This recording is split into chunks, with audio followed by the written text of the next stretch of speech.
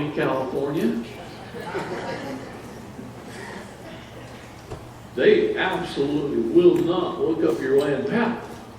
You got to do the research yourself. Well, fortunately, BLM made it easy. The Bureau of Land Management. You have many BLM problems in Oklahoma? No. You get up east of Interstate 25, and that's all we're fighting is BLM and Forest Service. If you're on the West Coast, you're always dealing with BLM and Forest Service, or the Department of Fish and Game. Those are the three agencies we're always fighting. You got to be fighting with what? Department of Agriculture? The Indian groups? Hey, they helped you, believe it or not. By taking half of the Oklahoma back, they helped all of us, all of Oklahoma. They did. And even most of the Indian tribes in this country are in trouble. You know what they did? I'll show you how stupid they are. I've been working with them for a long time. I'll show you how stupid they are. They send their kids to law school. And they come home. If they send them to law school, they should never let them come home, much less represent the tribe. Because all they do is drag the tribe deeper into it. They got to quit that. It's the worst thing that ever happened in the Indian Nation. I had to take an Indian tribe in northern Michigan into their own game museum. All the tribal leaders, I took them into their own museum, and I walked them through their museum until we came to all their tribal documents, which are all nicely signed, you know, usually back about 1905, 1908, 1920s, and all their tribal documents. And I showed them where they gave up all their sovereign rights and became equal to citizens of the United States. Well, if that's true, how come they got a dang reservation? Come on. If they're equal to citizens of the United States, they can live anywhere they want. They could actually go back to their native homeland outside the reservation. But no, they still want to keep them on the reservation, give them their own little supposed government, which they got to run everything by a federal judge. And the bar. You've got to be kidding me. The bar has infiltrated the sovereign Indian nations too. Well, sure. That's what I just said that. Where were you? I was here. Keep her mic off, would you?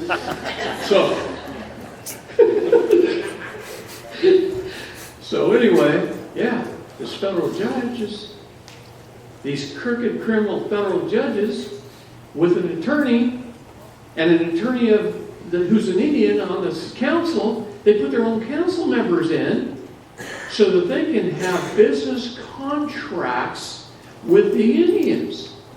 And the federal judge profits from it. You've got to be kidding me. I want to hang him by his courthouse. He's breaking the law. He's a criminal. He's a traitor. He's a traitor to two nations. His own and the tribe. And he's not even an Indian. You've got to be kidding me. And you know what happens when the chief and his family stand up against him? The chief got put into prison. His son's still in prison. His family members get CPS sent in on him. On and on and on. They've destroyed the Pago family. Right? How many people know more about it than he does? Because he and I have been active with them for a long time.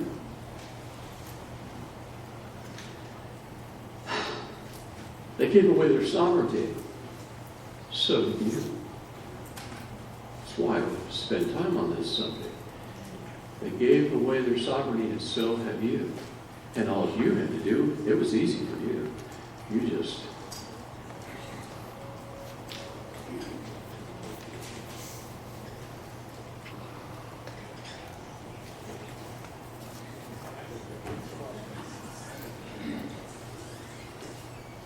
That's all it took.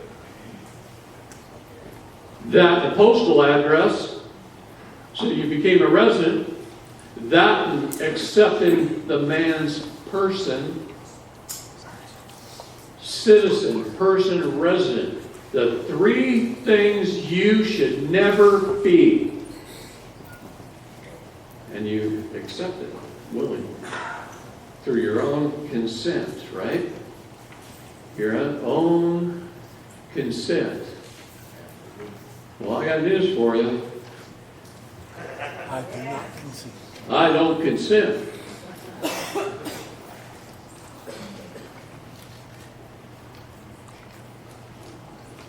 Be a rebel. Stand up. Question authority. Stop consenting at every little thing they say. If their lips are moving, they're lying to you. You get a CPS agent that says, well, if you'll just let me in the door and let me check the house and look in your cupboards and see if your kids are okay. Well, and I say everything's fine. Well, who gave you the power to say whether it's fine in my house or not? And you just go. You just consent. I got news for you. If you open the door and you step out on the porch to talk to them, and we'll close the door behind you, you consent. If you allow them on your property, you consent. That's when consent begins. The minute they cross your property line, there ought to be a damn sign out there that says, you cross my property line, you're going to get fined. You're trespassing, and you're going to get fined. And if you decide that's okay and you step foot on my property sign, well, then you might just hear a gun clicking. And here's the sound. That's when I took the safety off. Your children are that important. Amen. That important. And you know what? The Supreme Court of the United States of America backs you up in it. Look at the two people who were on national news everywhere in the great state of Illinois who defended their home by standing outside their beautiful home that they worked hard for all their life with a gun. The cops arrested them. They won. They won their case because the law is clear. It's black and white. It's written down. It says what it says and it doesn't say what it doesn't say. It's clear and it's concise and it protects you, regardless of what the most liberal state in the world says about it. See, they cannot make a law that abrogates the Constitution. And my gun permit was issued December 15th, 1791. And it shall not be infringed. And it is my concealed weapons permit, and my bump stocks, and my magazines with more than whatever. I could care less. If they can, our government owns an A-1 tank, so can I. They own an A-10 plane, I can too if I can afford it. They own rocket launchers, so can I. Because what was the Second Amendment designed for? And there's court cases that protect you in all those things. What was it designed for? They didn't just come back from a hunting trip. They came back from fighting tyranny, from establishing a nation, from changing a government. That's what they just got back from when they wrote that. That's what it means. That's why I wear one. For my own protection, for the protection of my family, and for those around me. And if they want to see it used, attack her. I can handle them shooting at me, but they shoot at her, I'll kill them. I won't question. And I'll do it quickly.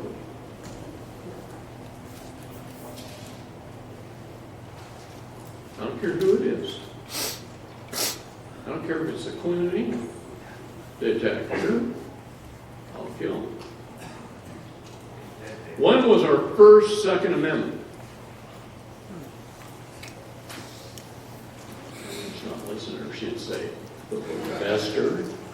Esther, our first Second Amendment.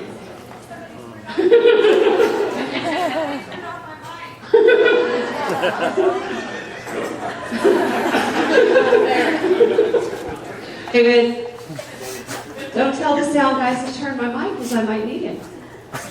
It goes all the I'll way. let you have it when you need it, honey. It goes all the way back to the story of Esther, the very beginning of government, Babylon. When Esther had to sign into the law to protect her people after her husband was tricked by Haman into signing a law that a certain target of people could be genocided by a certain day. Does that sound familiar in today's times?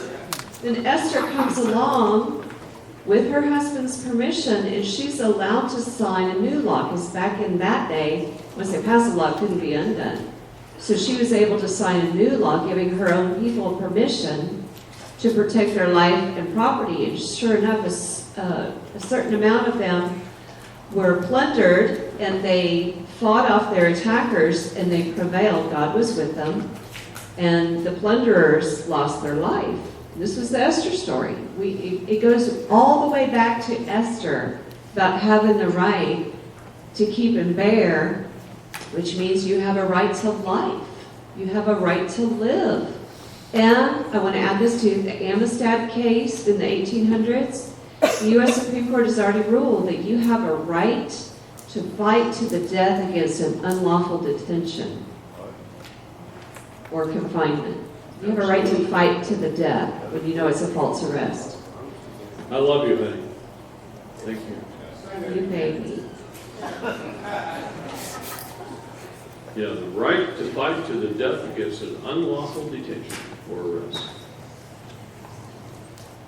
It's Amistad. Now, it's been upheld hundreds and hundreds of times. All right. You know, I can't find one thing our founding fathers actually just created on their own. Not even the Second Amendment. They didn't just make that stuff up. They got it right out of the Bible. On and on and on, everything. Everything I've studied. If I didn't have a lot of time studying religion, law would never have made sense to me. I don't believe it would. I would have ended up thinking case law, opine, opinion. That's what lawyers do. Many of them have no religious backgrounds whatsoever. In fact, a lot of them are worse. They're non-believers of anything, you know. And they don't know the law at all. You don't truly know the law unless you know religion. You don't truly know the law unless you know trust. In fact, you don't really know religion unless you know trust. I am a great example of that. I studied religion for years. I read the Bible multiple times. In fact, I read many, many Bibles.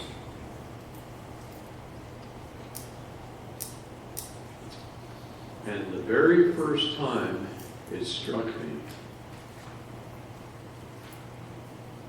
that most people read the Bible to feel good. And they quote chapter and verse. They pull verses out of stories that mean something. And then think just that one verse means something. No, it only makes you feel good. Until I read the Bible for the first time without looking at what book I was in. Now I knew in the back of my mind what book I was in. I'd read it hundreds of times. But I didn't look. I didn't pay attention to what chapter. I ignored the little numbers of each verse. I read it as a trust indenture for the first time in my life in 1990.